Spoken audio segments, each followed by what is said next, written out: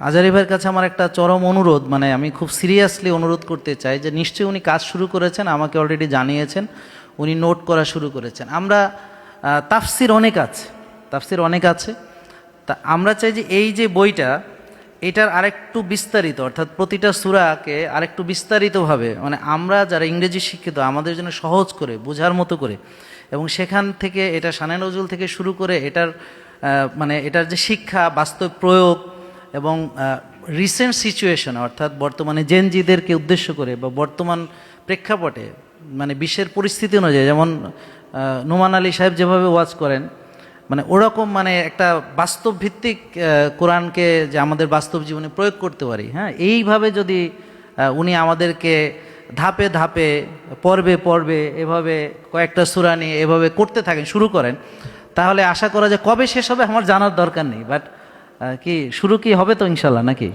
ইনশাল্লাহ।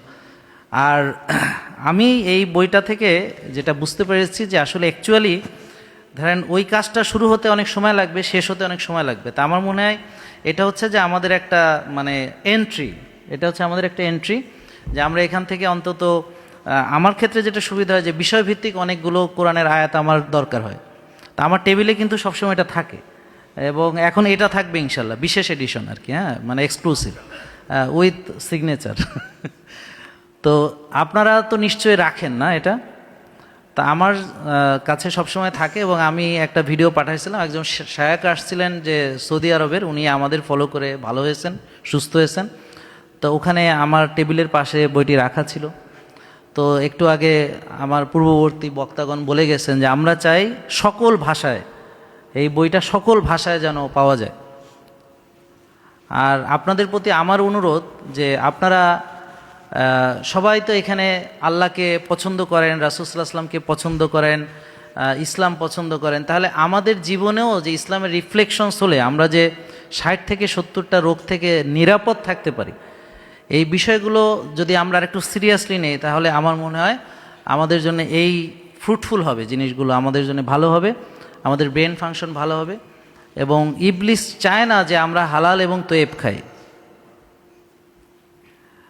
তো তয়েব খাবারের সংজ্ঞা কি আপনারা সবাই জানেন, যে এটা প্রকৃত খাবার, রিয়েল ফুড, হ্যাঁ, প্রাকৃতিক খাবার, এবং হচ্ছে যেই খাবার আমাদের জন্য কল্যাণ বয়ে আনে। অ্যাজ এ ডক্টর এটা বলবো যে যেই খাবার আমাদেরকে গঠন করে, শক্তি দেয়, এনার্জি দেয়, এবং আমাদেরকে এই যে আমার মাসেল বিল্ডিংয়ে সাহায্য করে, আমার এনজাইমগুলো তৈরি হয়, আমার নিউরো ট্রান্সমিটার তৈরি হয়, বিভিন্ন হরমোন ইত্যাদি সব কিছু, টেস্টোস্টেরন যেমন পুরুষদের, কোলেস্ট্রল থেকে তৈরি হয়, ইত্যাদি ইত্যাদি।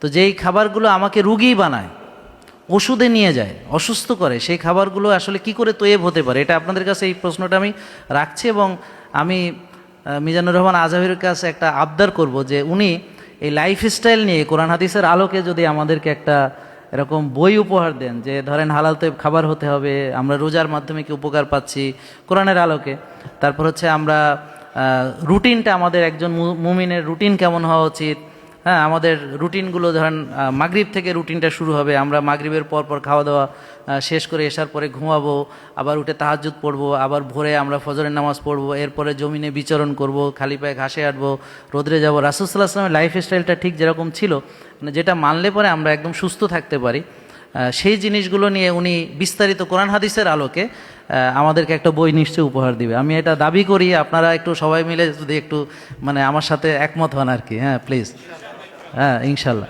তাহলে এটা একটা বিরাট কাজ হবে।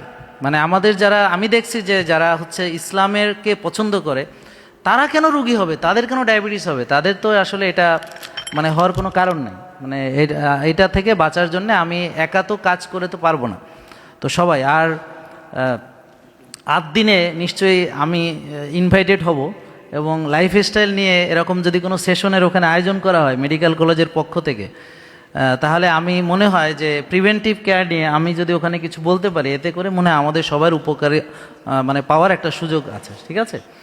আর একটু প্রকাশনী সম্পর্কে যে কথাটা বলতে চাই, যে সত্যায়ন প্রকাশনী সম্পর্কে যে কথাটা বলতে চাই, সেটা হচ্ছে মানে ইতিপূর্বে মানে বই নিয়ে এত কিছু, এত আবেগ, এত ইমোশনকে কানেক্ট করা, এবং মানে বিভিন্ন ডিজাইনে, এই যে একটু বইটা একটু যে মোবাইল, মানে এটা আমার কাছে মানে মানে খুবই চমৎকার লেগেছে। আপনারা নিশ্চয়ই অনেকে এটা পছন্দ করছেন, বাট আমরা না করলেও আমাদের বাচ্চারা খুব পছন্দ করবে কিন্তু এই সাইজটা আমি একদম নিশ্চিত দেখতে পাচ্ছি বাচ্চারা এটা পেলে ঘ্যাচাং একটা নামও খুব মানে ঘ্যাচাং একটা নাম হয়েছে, বুঝতে পারছেন?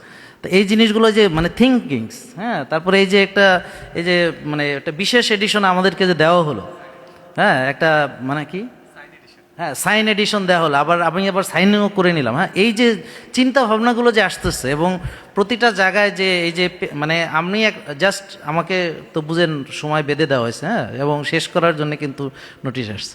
তো এখন ওনাদের প্রশংসা করতেছে, হয়তো 1 মিনিট পাইতে পারি। হ্যাঁ, আচ্ছা, যাই হোক। তো এখন ঘটনা হচ্ছে ফোকাস। ডু ইউ নো ইবলিস কী চায়? আপনাদের ফোকাস নষ্ট করতে। আপনি এই বইটা পেপার পড়লে পরে যে ফোকাসড হবেন আপনি, কিন্তু আপনি মোবাইলে যখন এটা পড়তে যাবেন দেখবেন নানান রকম নোটিফিকেশন, নানান ধরনের ডিস্টারবেন্স আপনাকে কিন্তু শেষ করবে। তা আমরা অনেকেই কিন্তু মোবাইল ডিভাইসে বই পড়ি, ল্যাপটপ, কম্পিউটার অনেক কিছু করি, বাট এই যে মানে কাগজের বইয়ের যে মূল্য, মানে ফোকাস করার জন্য এটার যে কি ব্যাপার, এটা আসলে আমরা আরও এটা নিয়ে অনেক গবেষণা হচ্ছে। তো ইবলিস চায় ফোকাস নষ্ট করতে, আর আমরা ফোকাস থাকার জন্য আমরা পেপার বইগুলো আমাদের জন্য খুবই উপকারী। তো এগুলো আমাদের খুব লাগবে সামনে। তো সবাইকে অনেক ধন্যবাদ।